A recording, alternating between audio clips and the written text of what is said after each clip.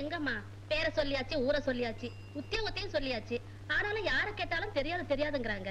அத்தை, பேரு ஊரு உத்தியோகம் இதெல்லாம் சொல்லி அட்ரஸ் கேட்டா நிச்சயமா கிடைக்காது. வேற விதமா தான் கேட்கணும். எப்படி வேற விதமா? Excuse me sir.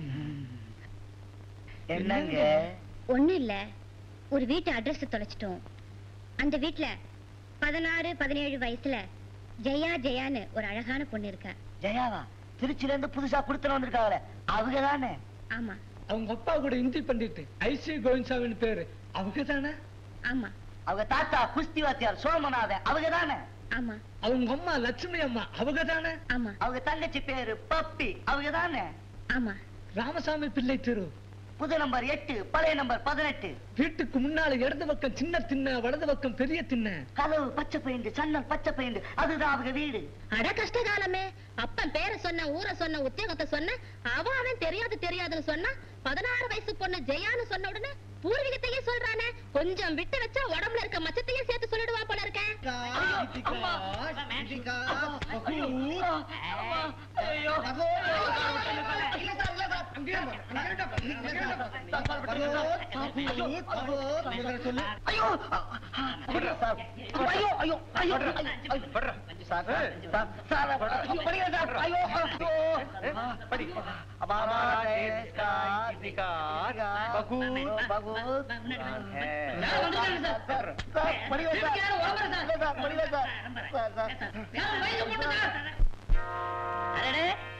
வாமா ருக்மணியா, சௌக்கியமா?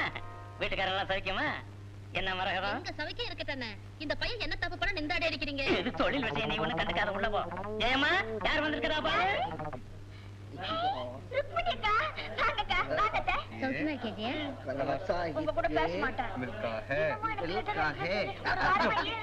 அதான் நேர்லயே வந்து कला साहित्य मिल्का है।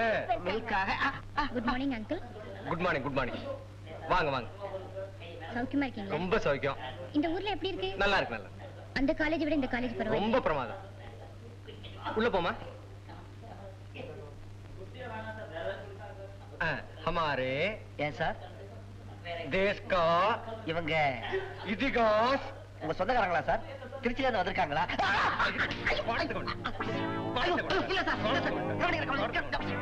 என்ன ஜெயா இது? உங்க தாத்தாவும் அப்பாவும் ஆளுக்கு ஒரு ஆளை கான்டாக்ட் பிடிச்சிட்டு இந்த அடி அடிக்கிறாங்க. யார் இவங்க? ஒருத்தர் பேர் ராஜேந்திர, இன்னொருத்தர் பேர் வெங்கட். ஒருத்தர் ஹிந்தி கத்துக்க வந்திருக்காரு, இன்னொருத்தர் குஸ்தி கத்துக்க வந்திருக்காரு. இப்படி அடி வாங்குறத விட சும்மா இருக்கலாம். யாருடைய ருக்மணியா? அட அடையாளமே தெரியல. என்ன விட தடியா இருக்கியே. ஊர்ல எல்லாம் சௌக்கியமா இருக்காங்களா? நல்லா இருக்கேங்கம்மா. அம்மா, ருக்மணியக்காக இங்க நர்ஸ் வேலை கிடைச்சிருச்சு. இனிமே இங்க தான் இருக்க போறா. உனக்கு பேச துணைக்கு ஆள் கிடைச்சாச்சு. ஏமா காபி சாப்பிட்டியா? ஏன்டி காப்பி போட்டு கொடுத்தியா? இல்ல, பேசிட்டு இருந்தேன். பேச்சுக்கு ஆள் கிடைச்சா போது பேசிட்டே இருப்பியா? இருமா காப்பி போட்டு கொண்டு வரேன். நீ ஏப்பா கையில வச்சு நிக்கிற? கீழே அடிக்க வையேன். இது யாரு? எங்க அத்தை. அலுப்பு. நல்லா தூங்கட்டும். இவங்க உங்க சொந்தக்காரங்களா? ஆமா, திருச்சியில இருந்து வந்திருக்காங்க. பக்கத்து வீட்டு ருக்மணி அக்கா. ருக்மணி அக்காங்களா? வணக்கங்க. நான் என் பேர் பழனிசாமி, ஏத்து வீட்டுல இருக்கிறேன். என்ன பத்தி சொன்னீங்களா? சொல்லல.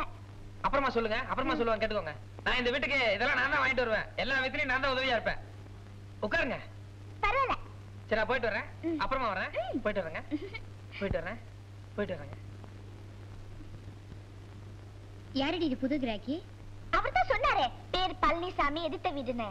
பாவம், ஒண்ணுமே தெரியாது, ரொம்ப அப்பாவி. எங்க அம்மா என்ன வேலை சொன்னாலும் சரி சகிக்காம செய்வாரு. உங்க வீட்டுல எல்லாமே ஆச்சரியமா இருக்கு. என்ன ஆச்சரியம்? இல்ல, பழனிசாமி, வெங்கட், ராஜேந்திரன் இந்த 3 பசங்களோட வயசை பார்க்கும்போது அவங்க இந்த வீட்டுக்குள்ள வந்து இவ்வளவு கஷ்டப்படுறாங்கன்னா ஏதோ ஒரு உள்நோக்கம் இருக்கும்னு நினைக்கிறேன். உள்நோக்கமா? அப்படின்னா? நான் இங்க தானே இருக்க போறேன். இன்னும் 2-3 நாள்ல கரெக்டா சொல்லிடுறேன்.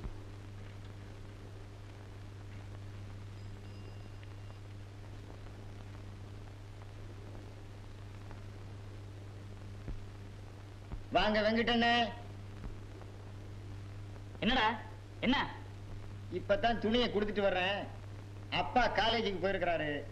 அம்மாவும் பழனிசாமியும் மிஷின்ல மாவு அரைக்கிறதுக்காக மில்லுக்கு போயிருக்கிறாங்க. தாத்தா டீ கடைக்கு போயிருக்கிறாரு.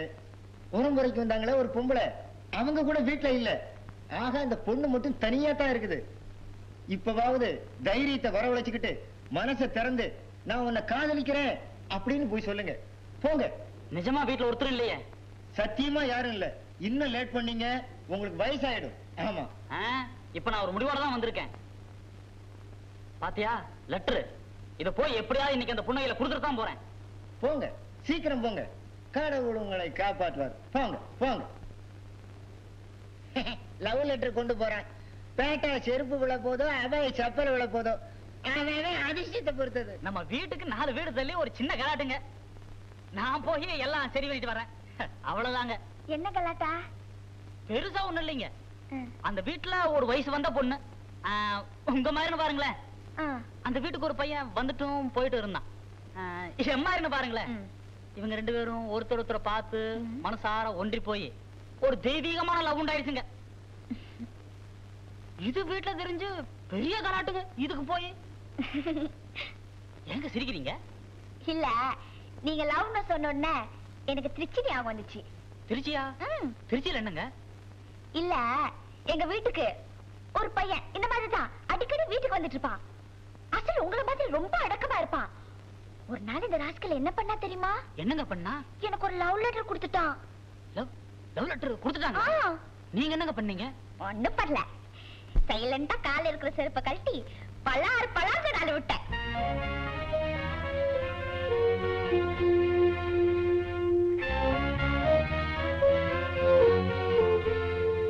என்ன பேச மாட்டீங்க?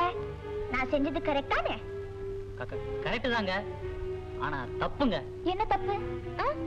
சொல்லுங்க, என்ன தப்பு? நீங்க ஜெயகாந்தன் சாரோட சமூகம் என்பது 4 பேர் இந்த புத்தகத்துல இருக்கு. அந்த கதையை படிச்சிருக்கீங்களா? இல்ல. அந்த கதையில இங்க ஒரு ஸ்கூல் வருது. அந்த ஸ்கூல்ல படிக்கிற ஒரு பையன் இன்னொரு பொண்ணுக்கு லவ் லெட்டர் கொடுத்தான். அந்த பொண்ணு என்ன பண்றா? அந்த லெட்டரை கொண்டு போய் டீச்சர்ட்ட கொடுத்துறான். அந்த டீச்சர் அந்த பையனை என்ன பண்ணிருப்பான்னு நீங்க நினைக்கிறீங்க? என்ன பண்ணிருப்பாங்க? 4 ஆறு அரைஞ்சு அந்த பையனை வீட்டுக்கு அனுப்பியிருப்பாங்க. அங்கதான் நீங்க தப்பு பண்றீங்க. அந்த இடத்துல நீங்க ஜெயகாந்தன் சாரை கவனிக்கணும். அந்த பையனை மன்னிச்சு விட்டுறாரு. அது எப்படி? ஒரு பையன் ஒரு பொண்ணுக்கு லவ் லெட்டர் எழுதிருக்கானா, அது எவ்வளவு பெரிய தப்பு. அது எப்படி மன்னிக்கலாம்? கரெக்ட்டுங்க. இப்படிதான் எல்லாரும் கேட்டாங்க. ஆனா அதுக்கு ஜெயகாந்தன் சார் என்ன தெரியுமா விளக்கம் தர்றாருங்க? ஒரு பையன் ஒரு பெண்ணிடம் தனக்குள்ள காதலை அவ்வளவு மரியாதையாகவும் அவ்வளவு பயபக்தியுடனும் அவ்வளவு ரகசியமாகவும் கடிதத்தின் மூலம் நாகரிகமாக வெளியிட்டிருக்கிறான். அதாவது அந்த பெண்ணை தனது வாழ்க்கை துணைவியாக அமைத்துக் கொள்ள ஆண்மையோடு அவளது சமூகத்தை கேட்கிறான். அந்த பெண்ணுக்கு அவனை பிடிக்கவில்லை என்றால் அந்த கடிதத்தை கிழித்து போட்டிருக்கலாம், அல்லது பிடிக்கவில்லை என்று ஒரே வார்த்தையில் கூறி அந்த பிரச்சனைக்கு முற்றுப்புள்ளி வைத்திருக்கலாம். அதை விட்டுவிட்டு அந்த கடிதத்தை பகிரங்கப்படுத்தி அவனை கேவலப்படுத்துவது எந்த விதத்தில் நியாயமாக இருக்க முடியும் அப்படின்னு ஜெயகாந்தன் சார் சொல்லியிருக்காருங்க. கொஞ்சம் யோசிச்சு பாருங்க. அவர் சொல்றது நியாயம் இருக்கா இல்லைங்களா? நல்லா யோசிச்சு பாருங்க. ஒரு பையன் ஒரு பொண்ணுக்கு நாகரிகமான முறையில காதலை வெளிப்படுத்தணும்னா அதுல பெஸ்ட் மெத்தட் லவ் லெட்டர் தாங்க. அந்த பொண்ணுக்கு பிடிச்சிருந்தா பதில் எழுதலாம், இல்ல கிழிச்சு போட்டுடலாம். அதை விட்டுட்டு 4 பேருக்கு முன்னால செருப்பு அடிக்கிறேங்கிறது எவ்வளவு பெரிய பாவங்க. கரெக்ட் சார், நான் தப்பு பண்ணிட்டேன். பாவம் அந்த பையன் 4 பேருக்கு முன்னால ரோட்ல வச்சு செருப்பால் அடிச்சு நினைச்சு பார்த்தா இப்பதான் எனக்கு அழுகையா வருது. பரவாயில்ல விடுங்க. இனிமேல் யாராச்சும் இந்த மாதிரி லெட்டர் கொடுத்தா செருப்பால் அடிக்காதீங்க. சத்தியமா சொல்றேன், இனிமே யாரும் லவ் லெட்டர் கொடுத்தா நான் செருப்பால் அடிக்க மாட்டேன். அது போதுங்க. இந்தாங்க.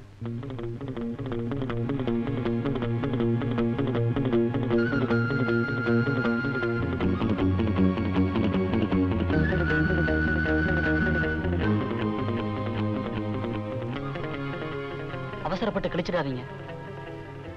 அப்படி கிழிச்சாலும் பரவாயில்ல, வீட்டுல யார்கிட்டையும் சொல்லிடாதீங்க. நாளைக்கு நான் வரேன்.